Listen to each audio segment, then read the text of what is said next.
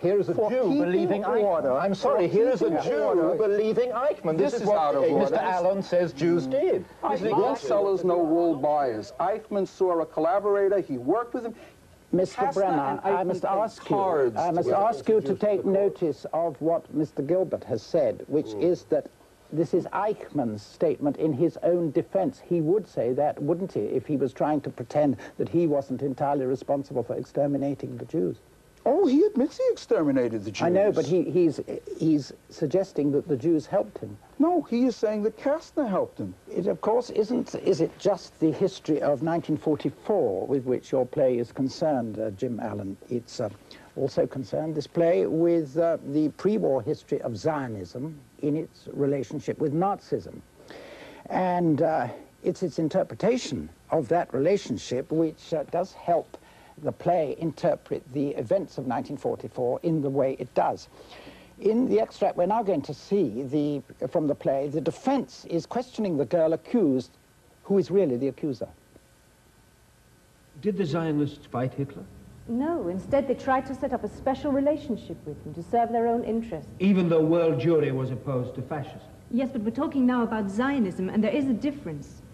When the Jewish workers went out into the streets and joined forces with the German working class to fight the brown shirts, the Zionist leaders waved olive branches and condemned all anti-Nazi activity. So they were seeking an accommodation with them, is that what you're telling the jury? Absolutely.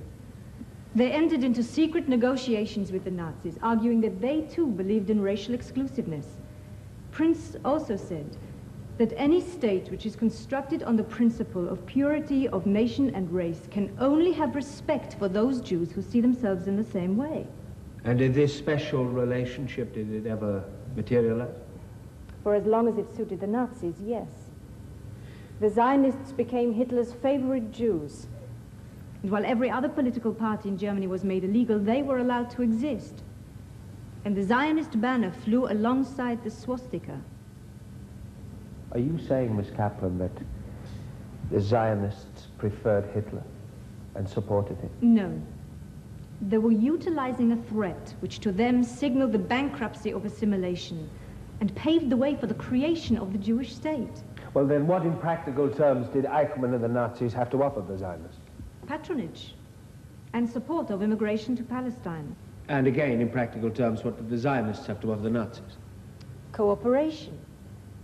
Even to the extent of supplying the Nazis with intelligence information. You mean spying for them? Yes. Martin Gilbert, is there any truth in any of that? Well, of course, the Zionists weren't Hitler's favorite Jews. Among the 6 million Jews who were murdered, unnumbered Jews were Zionists, and indeed not only Zionists, but the children of Zionists, who were, after all, in the Zionist ideology, to be the future builders up of Palestine. And the picture behind me actually shows people going to their deaths after an uprising in which the Zionists were the principal organizers, although in this play we learn, for example, that the Jewish councils participate in the extermination of the Jews. So it is a farrago of nonsense. Martin Gilbert is either an incompetent historian or a liar. The documents are there, and he knows it, that the Zionists became Hitler's favorite Jew because the Zionists believe, and this is the guts of their doctrine, that you cannot fight anti-Semitism except by getting away with it. Hitler wanted the Jews out of Europe, and the Zionists wanted the Jews into Palestine. And the documents are there. Lenin's book has got the memorandum submitted by the Zionist Federation in Germany. Writers of the caliber of Hannah Arendt has documented the speeches, and for him to say this is an absolute lie. Stephen Roth. Well, of course, the Zionists wanted the Jews to emigrate to get them out of Germany, where they were under the Hitler rule. And the Germans at that time, before they really embarked on the mass extermination, followed a policy of emigration. So quite clearly there was contact between them, and quite clearly the German authorities, happy that there is an organization which takes out Jews, made it possible for them only in this respect, in regard to the immigration.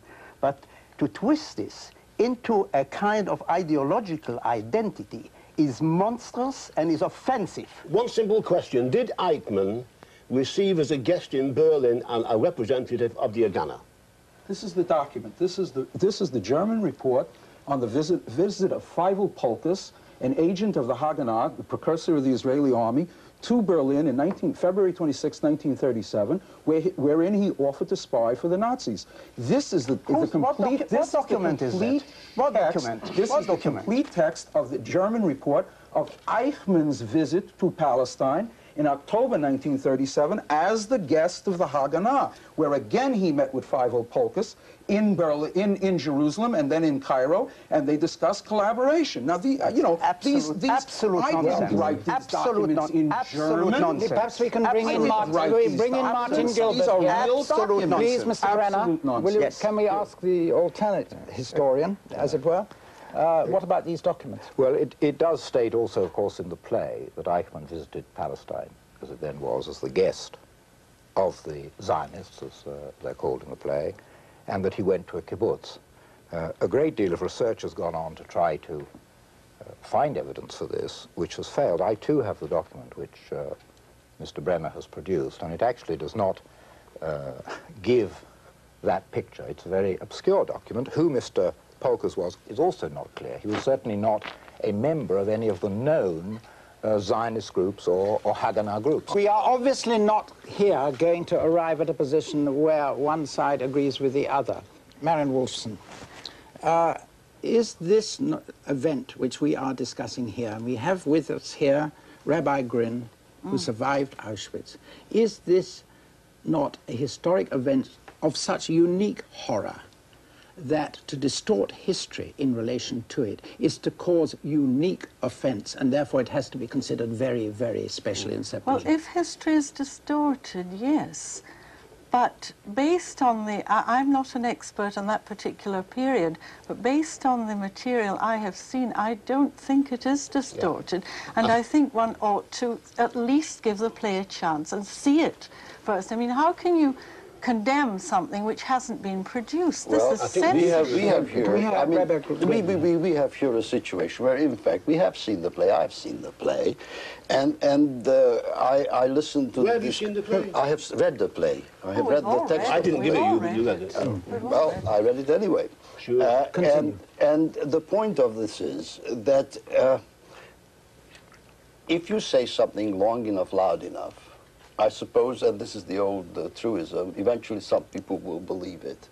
But what we are debating here, on the one hand, you write a play in which you make the charge that the Jews colluded with their enemies. Deplorable. Now you're complaining because Jews refuse to collude now with people whom they perceive to be your enemies. And your play is really not just hurtful and painful, but I find it deeply offensive, because what you are doing is you are, as it were, dancing on the grave of people who are no longer alive. I think that's inadmissible myself. Jim Allen. Yeah. Let us get to the question of censorship before the programme ends. Dr. Stephen Roth, in The Guardian, says that he could picket, he could contact the World Court's friends in New York, he could influence funding bodies in London to prevent... Wait for the Guardian tomorrow. Publish my reputation. Please let... It's not true. You were complaining about people... Will you please let Mr. Allen finish? Mr. Allen, go on. Now, these were no idle threats. There was one producer in London who was prepared to consider putting the play on. He then rang us and he said, I've had a phone call, threatened, told, I own 9 theatres, my friend owns 6 theatres, put Perdition on, and you will never bring a play into any of our theatres. He gets a phone call from New York. If you will jeopardise your career if you put Perdition on. We went to Dublin. We was told in Dublin by the Olympic Theatre it will go on. And then the scare came in. Wherever we went, the intimidation, the Zionist lobby, and finally, you are not on the Royal Court Board, Martin Gilbert isn't on the Royal Court Board, and neither is Lord Weidenfeld. While I, the director, and the actors were busting a gut to put this play on, 4 days beforehand, you had a secret meeting at Sonia Melchert's house, right? If there were a play on which, in your view, was very offensive to one of your heroes, would you not act and do what you could to see that the play didn't go on? The only play that I would campaign against being shown on a stage was if someone like the National Front produced a play applauding fascism, then I would say that play must not be performed. I make no But you see, Rabbi Grin thinks exactly that is what you are doing as well. You see, I mean, there is here your charge that somehow the Jews involved in suppressing. I happen to think you're building on another stereotype. The fact is that it was you and the people with you who first made the publicity for it. Then you make the publicity, people read the publicity, they react, you say, my God, how can they do that? What is my it allegiance that you are... to the truth.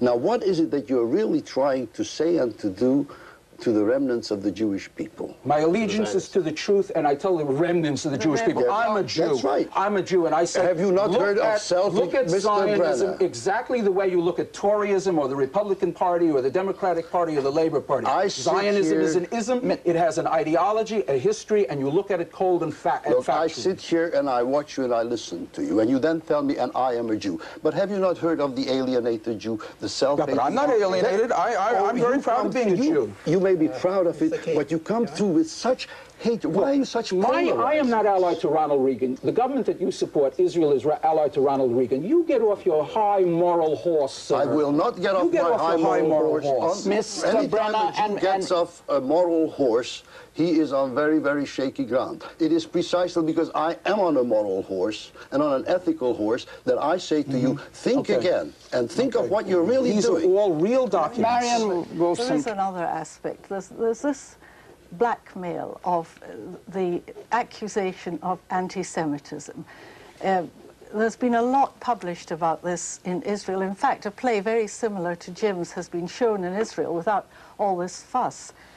But there's a writer in Israel called Boaz Evron who has written some marvelous articles about what he calls the Holocaust blackmail, where Zionists stifle criticism of all their actions by referring to the Holocaust and accusing the perpetrator of anti-Semitism. Jim Allen, you've seen around this table the offence your play has created and the distress it causes. Do you still think it would be right to put it on?